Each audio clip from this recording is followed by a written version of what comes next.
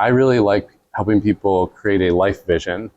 And it sounds intimidating, and it's actually really simple. Like anyone listening can do this today, where you grab a piece of blank paper and a pen, or open a Word doc or whatever, a notes app, and you say, okay, so right now it's 2024, it's 2034, I'm X years old, and life has become exactly what I hoped it would be.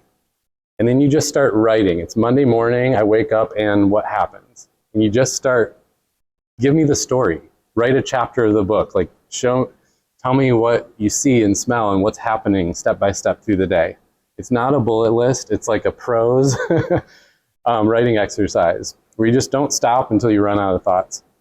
And what you're doing is you're thinking about the different areas of life: career, health, finance, spiritual, personal growth, experiences.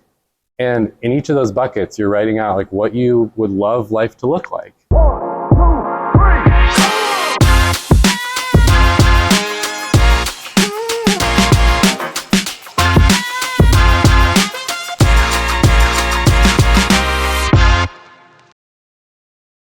Welcome to America's Healthiest City on ESPN Richmond 106.1, part of the Mike King Biz Media Network. I'm Will Melton, I'm your host, and today I am at Lost Office Collaborative with Steve Perkins from Greenhouse Coaching. If you're new to this program, please check out americashealthiestcity.com to learn about our 10-year community partnership to make Richmond the healthiest region in America by 2033.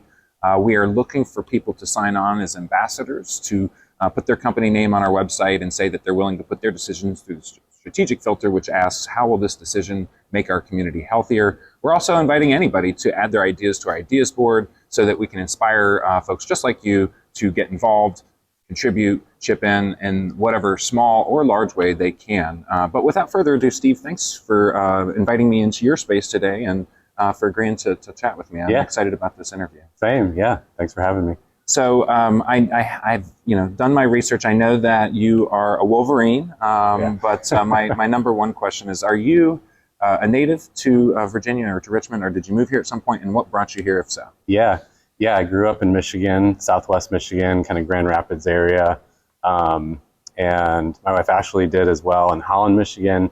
We had moved and lived in all parts of Michigan, so people do like the mitten. Mm-hmm. Have you ever gotten the mitten before? Well, I was born right here, right here. Oh, there we go. Okay, Lansing. So we lived in East Lansing for a while in our enemy territory. But we moved down in 2010 to Richmond, Virginia for a job I took at Capital One, which is a major hub here. Had a lot of great experiences there, and we've stayed ever since because it's we just love this area. I mean, we love everything about Richmond. And don't miss the weather in Michigan. I don't know about you. It's not even the cold or the snow. You know, when people here think like, oh, you must have hated the cold and snow. I'm like, no, it's just the gray overcast is the problem. But we go back quite a bit and hang out at Lake Michigan and stuff. I have avoided going back to my home state. I've adopted Virginia as my home, but I just got off a road trip a couple weeks back, and we went through the Upper Peninsula, which I had never done before. Yeah, and that was an experience. It was a beautiful place. Yeah, and Lake Superior was a sight to see. Yeah, so, it's a beautiful place. But yeah, that's like a whole wonderland. People don't even know. I mean, it feels so untouched. One time, those big sand dunes that they used to do logging up top, and then send the logs down the dunes, and they would shoot out into the water to the barge. I mean, it's fascinating. You know, it's like suddenly you're in the Sahara Desert or something, and we ran down those dunes, no people in sight, and you get going so fast, it's like your legs can't keep up with your body, and then you're just pouring in sweat, you're so hot, and you get to the bottom, and you just dive in Lake Superior, and then you realize it's like an ice bath. I mean, all year. Yeah. So I remember we were just like, oh, there's no one for like hundreds of miles, so we just like stripped down and we're skinny dipping, like diving into Lake Superior and laughing. And just then there was like this cliff out in the distance. We're like, no one's around, this is hilarious. And then we hear this like, and this huge like tourist ferry boat comes out from behind the cliff. So we're running back up the dune. But yeah, that's an interesting area. Well, they don't have anything on Richmond, and I know we have a little bit of humidity here, but we put up with that for all the other amenities we enjoy. How long have you been here? I moved to Richmond in 2017, and And, I kind of stayed head down, growing my business for a few years and Mm-hmm. didn't really plug into the community as much as I've been able to since 2020. But I lived in Williamsburg starting in 2000. So Okay. I've been in Virginia for quite a while. Yeah. It's definitely home. It's Yeah. definitely home. Yeah, same here. So let's talk a little bit about your background. So we're going to talk about coaching today, and I want to get into workplace culture. I want to get into, this is a big part of our life, and we have emotional struggles and, Mhm. and conflicts, and we've got to work with other people, and we've got to grow, and so I really want to talk about that. But I want to do justice to your background. You're an engineer by training, and you moved into you've worked for some very interesting companies in the past, and including Capital One, and now you're in this coaching space, and you are working with similarly large companies, and that's exciting as well. Tell me a little bit about how you went from engineer to coach. Yeah. Yeah, it's not the linear path, which through this work I've come to discover that probably over 80% of people do not have a linear career path. I think in the last couple of years that's accelerated even more. So it's always a topic I love because I grew up, I always wanted to be like an inventor. I also loved deep conversations about life and big ideas around the fire pit. And I was like, wouldn't that be cool if you could do these things for a job? But that was just a joke. Like, no, you can't be an inventor for a job. Everything's already been invented. And You always watch those invent help commercials. oh when you're a yeah, kid, I love that stuff. Yeah. How much does that cost? I know. And so fast forward, my parents kind of sort of got the opportunity to go to college, but not really. So it's not like I had a lot of that guidance some people have of, oh, here's what you should do and here's the major you should get into. So yeah, I went to University of Michigan to do engineering because it's like, well, decent at math and science, like that's a stable career path, cool. And it was great. I loved a lot about it. It kind of tapped into that inventor side of me. But I came to realize even in college, this is not my thing. And it started becoming this nagging, almost existential crisis early on. Like, what do I want to be when I grow up? I have no idea. And it's like, how do you figure that out? It doesn't seem like there's anyone who helps you figure that out. So, yeah, I worked at tech startups. I worked in auto manufacturing. I worked in consumer products. I actually have some patents with Ziploc bags. We were doing like sous vide, trying to create sous vide before it was really a thing with Ziploc bags, and then trying to create sustainable, biodegradable Ziploc bags. That was like, those were my projects. Okay, so I got to tap into the inventor side.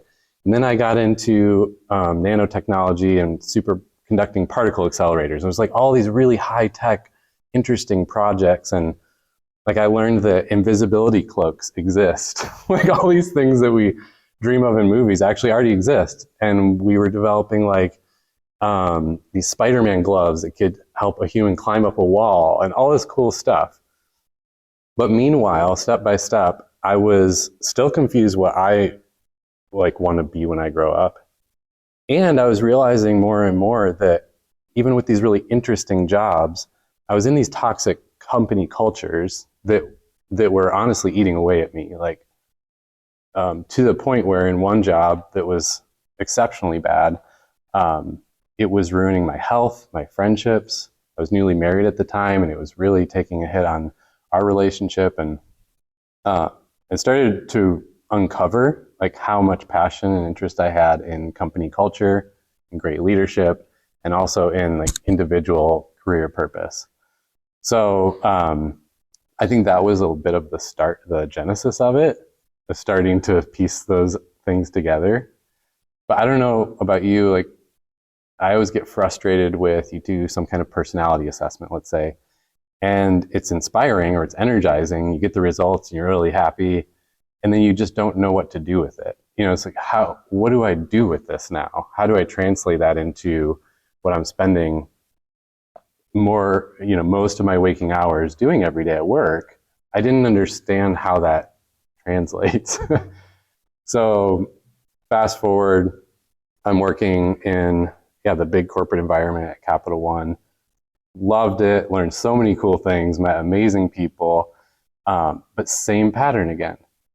I'm leading tech teams. I'm like, this isn't me. I would go home at the end of the day feeling like I have more to give. I think I'm only giving like 20% of what I have to give. And I was afraid to say that because that sounds arrogant. Like, oh, I'm so much greater than this. But it wasn't that. It was just that nagging feeling of, I want to contribute and make an impact. And I don't think I'm in the sweet spot for me for doing that. So I'm continuing to ask these questions and search. I started putting together a process that's now our flagship tool online called Career Sweet Spot. It's kind of where the engineering collided with the people skills of what is a linear process to actually try and figure out what are you good at, what are you passionate about, what's your personality and your wiring, and then how do those actually translate into what you do every day, which you and I are now like living a lot of that out. And so you feel how energizing and meaningful it is, but also you do your best work. Yeah. I've had some people say, oh, well, that's selfish we're so privileged that we could sit around and think about what are you passionate about. And while I agree with that, it's also very sacrificial and good for the world to do what you're best wired to do. That's when you help people the most, when you're in that sweet spot. So I was figuring that out. I had this cool opportunity at Capital One to build a culture transformation team. And they were trying to get into new methods of working. Agile development, kind of taken from Silicon Valley. Design thinking, taken from the design and innovation world. And at the same time, that's all about teams collaborating. I always think of like Ocean's 11. Everyone doing their special sauce thing together on a mission together. But yet we lived in a culture, which most companies still have, where they pitted us against each other. And teammates are supposed to outperform each other. And this just fascinated me. Again, where my engineer kicks in, I'm like, this doesn't make sense. We got to fix this. So at the time, people thought like company culture means, happy hours and team building events. I'm like, no, it's so much more than that. It's the design of the whole organization so that people are in their sweet spots and they know how to work together and the leadership is leading them well. So like this has become now what I do every day is how do we help people be at their best, leaders lead well, and teams work together well, which is also why we started collaborating with your other new friends here at Lost Office, who you had on, Christian and Mark. Yeah. And so that's kind of what led to this. And I'm now so passionate about helping people who might identify as like a generalist or I don't know, I'm a Swiss Army knife, I do a little of everything. It's okay that you don't have a linear career path because that's actually how you find your uniqueness. And it is possible to get there if you have some help or a process to start uncovering like, okay, how does my wiring fit with what the world needs and step into that. So that was a lot, but I think it's like your question is interesting because so many people don't have a linear path. It doesn't make sense on paper what happened to me, but here we are. Well, we have to take a quick break. We'll come back and dive into that a little bit deeper. You are listening to America's Healthiest City on ESPN Richmond 106.1, part of the Mike King Biz Media Network. You can catch us each week at 6 a.m. here on the network or at espnrichmond.com. If you miss our show, you can also watch full episodes at America's Healthiest City on YouTube, or you can catch clips on LinkedIn and Instagram and Facebook. Today we are at Lost Office Collaborative with Steve Perkins, the owner and chief coach, I guess, at Greenhouse Coaching. And we're talking about workplace culture, such an important topic because our work is a big part of our life. One thing that you said in the last segment was about the luxury of having the time to think. And I have had a coach in the past and really enjoyed my experience. I needed to take a little break this year for a lot that I've got going on. But one of the things that I developed in working with her was this notion of, what are my priorities? What do I need to be focusing on? And what is the order of those priorities? And in the beginning of developing this, I had everything from, team development, sales, vision planning, and recruitment were my four. And they've remained my four since the beginning because I lead my company. But in the beginning, I had sales as my top most important item because I was always needing to close that gap. Right. And I eventually, over time, realized that I always need to have vision as my number one. If I don't have that clarity of what the vision is going to be, I can't empower my team, and I can't, I don't know who I need to recruit, and I can't, effectively make those sales happen. And so I don't think it's so much a luxury as much as it is a necessity in order for us to be successful working together. So tell us a little bit more about, how do you work with folks, companies? How do you work with individuals in order to kind of help them find their path? Yeah. Well, you mentioned vision, which I think I'm realizing is the biggest secret key to success and fulfillment out there that I didn't know was such a secret.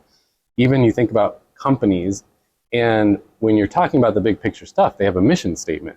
Everyone's big on mission statements. And it's very rare, even with extremely successful CEOs or big companies, it's very rare that they have a vision. And a lot of times they call their mission statement a vision. It's not. Like, a mission is what you're doing in the world to solve problems and help people. A vision is the destination of where you are headed, what life looks like, what the company looks like, 100 years from now or 10 years from now.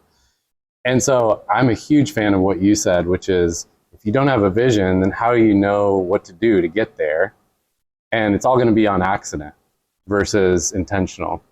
So, I mean, the cheesy but true analogy of travel. It's like, if you don't know where you're trying to fly to, okay, I'm hoping to get to LA, but I'm just going to randomly pick flights. It's like, well, probably not going to happen.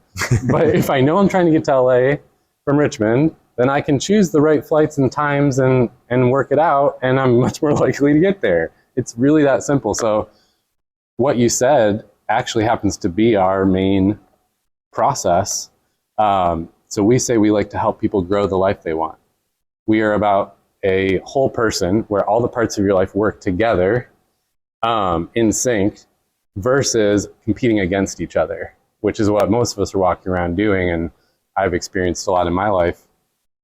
And so, of course, work being one of the places we spend the most time, we focus a lot there. How do you create a work that facilitates the life you want versus them competing against each other? It's the thing to me that's so interesting about work-life balance as a topic. It's kind of... I don't even like that word. Yeah, most people don't like balance. Yeah. It's just life balance. Yeah, and then some people said, oh, it's work-life integration. It's like, it's still just the wrong question to begin with. It's about getting the parts of your life working together versus competing for space. It's like, if you have to separate work from your regular life, it must be terrible. Yeah, like, why are you doing already like having a problem. So whether it's improving relationships or finding the right career or becoming a better leader, to us the topic doesn't matter. It's still about crafting a vision of what I want my life and work to look like, and then bringing that down to a level of goals and intentions. So then what am I going to do to move towards that vision of what I want it to look like? And then moving it down to the weekly rhythms of, all right, what are the steps I'm taking that move toward the goals, that move towards the vision? It's again, I thought that made sense as an engineer, but maybe that's where those skills ended up helping, because in this people space that we're in, that's not the typical way. And so we have tools online, we have one-on-one coaching, we work with teams and companies, but all of those things are always around that vision, intentions, and rhythms framework. We call it the greenhouse method. It's just, you can't take meaningful steps in the right direction if you don't know where you're trying to go. With the few minutes we've got left, I really want to think a little bit about your ideas for Richmond and how you can take your work and what you do for people and elevate that, expand it, give more people access to these ideas. What would be some things that you would share with our listeners about ways that they could improve their life in some way, or feel more connected to the the society that we're all trying to build, make better? Lessons from your work and life that you think would resonate? Yeah, I mean, it's an exciting question to me, because I think it's highly ironic that we are so educated now as a culture, and yet we barely learned anything about these areas of our life that we spend the most time and energy on. If you think about it, like I went to engineering school. I took through Calculus 4 and I learned about, astrophysics and all these things. And yeah, I never learned how to have a successful relationship, how to find my sweet spot in my career, how to lead teams and individuals well. That's what I do all day. I mean, that's what makes the whole thing work. So it's just really interesting to me, and I'm passionate about filling that gap. So now as adults, let's go back and let's learn the things we never learned. Mm-hmm. And that's why I think, going back to your point of vision, I really like helping people create a life vision. And it sounds intimidating, and it's actually really simple. Like anyone listening can do this today, where you grab a piece of blank paper and a pen, or open a Word doc or whatever, a notes app, and you say, okay, so right now it's 2024, it's 2034, I'm X years old, and life has become exactly what I hoped it would be. And then you just start writing. It's Monday morning, I wake up, and what happens? And you just start, give me the story. Write a chapter of the book. Like, tell me what you see and smell and what's happening step by step through the day. It's not a bullet list. It's like a prose writing exercise where you just don't stop until you run out of thoughts. And what you're doing is you're thinking about the different areas of life: career, health, finance, spiritual, personal growth, experiences. And in each of those buckets, you're writing out like what you would love life to look like. And I think because that's the first step to, we're talking about the healthiest city. Even with health, we think of fitness and food. Mm-hmm. And yeah, you and I know like healthy, the definition of healthy is so much bigger than just fitness and food. And so this to me is like the first step of starting to think bigger than just those pieces. What about the other areas of your life? And if you're a leader, what about the other areas of your company or your business? And dreaming a little, so then you can start to work back to like, all right, so what are the next steps I might take to start bringing those dreams alive? But like you said, without the dreams, without the vision, we're just either like aimlessly going around reacting to every notification that pops up, or we're copying other people and not doing what we're uniquely meant to do. So that's to me like the best starting point to making the city, the community healthier and better and more impactful. But it starts at the individual level. Well, I feel like it's very easy in life to wake up every day and go to bed, and then tomorrow do that all over again, mm-hmm. instead of thinking about each day as a part of a much bigger existence. And I think that's what you're helping people to see with this tactic. I do something similar. What's life look like 10 years in the future? And I ask myself 6 questions whenever I do my reflection. Uh-huh. So I don't do a full prose, but I'll have to try that. What are some of the questions? Well, I'll go through the whole list. So are your priorities getting the attention that they deserve? Uh-huh. And I have to make sure, I have to reorder the priorities if they need to be reordered based on what's happening. What does life look like 10 years from now? Why do you do the hard things? That's a good one. I really like that question. If I ever feel like I'm in a funk, that question helps me kind of just remember that there's a reason why I'm doing this. Yeah. Who are you going to call today? And then I have another question that's about if I feel like, maybe I'm not meeting my priorities, or I'm not, tending to things, I'll ask myself, what can you do to improve today? Yeah. And so I really keep the bar low, but I don't do any yes or no questions. I always try to make sure that I'm writing something new. But it might be something small. But I think it does definitely help me to realize, okay, that vision, of where I see myself in 10 years contrasts with what I'm doing today. And I know where the pain exists and what I need to fix. And so I think I should do it every day. And I'm not a rules person, so I don't, but it helps when I do. Yeah. Just having a framework, something intentional. And I'm not perfect either. I mean, I'm most of the stuff I help others with, I'm not doing it consistently, but that's not the point. It's like the intentionality is the point. And it's the same with when we work with leaders. It's funny to me how often like they were promoted for being good at their job functions. And so, they're good at like math or spreadsheets or whatever. And then suddenly they're leading people and they never learned how. It's just fascinating to me. Like we have these rituals and these ceremonies in life to graduate or to, get married, or these different things that say, all right, now you're entering this new stage and you need new skills for that. But we don't do it with leadership and with career. And so I think a lot of leaders, they could have a giant impact, and yet they forfeit a lot of that because they just haven't taken the time to step into that new role of what does it look like to lead people versus just being the doer that got me there. And so I think these kind of intentional step back, if you struggle to actually activate on these things that we just shared, then do our hack we just said, like schedule time with a person, 30 minutes, schedule it with them on Monday morning, and sit there and do the exercise. Yeah. Put yourself on the hook. Yeah. Well, I wish we could talk for longer. I really do. I want to give you a chance to let folks know where they can find you out there. And you may not have a name in mind, but if there's anybody out there that you think we should bring in and interview who's making a difference that we can learn from, I'd love to hear it. Okay. Yes, I have many names I would love to say. So I'll definitely sit down and think through and send you some. People can find us at greenhousecoaching.co, just .co, and pretty much access everything there. We have a podcast called Career Sweet Spot, where we share a lot of practical tips in life, career, leadership. But we're also on all the social platforms, primarily YouTube and TikTok and Instagram and LinkedIn. So greenhousecoaching.co kind of directs you to any of those places. But I really love what you said a minute ago. Sometimes this stuff feels lofty, or like, where do I start? And people are usually stuck because they don't know where to start. Mm-hmm. Oftentimes people come to us and they say, I don't know what I want to do. I don't know what to do. And 10 minutes into talking, you realize, no, they do know what to do or what they want to do. They just don't, they're stuck on how to get going. Mm-hmm. And so I think those baby steps are important that you mentioned. Like, lower the bar, just take one next step.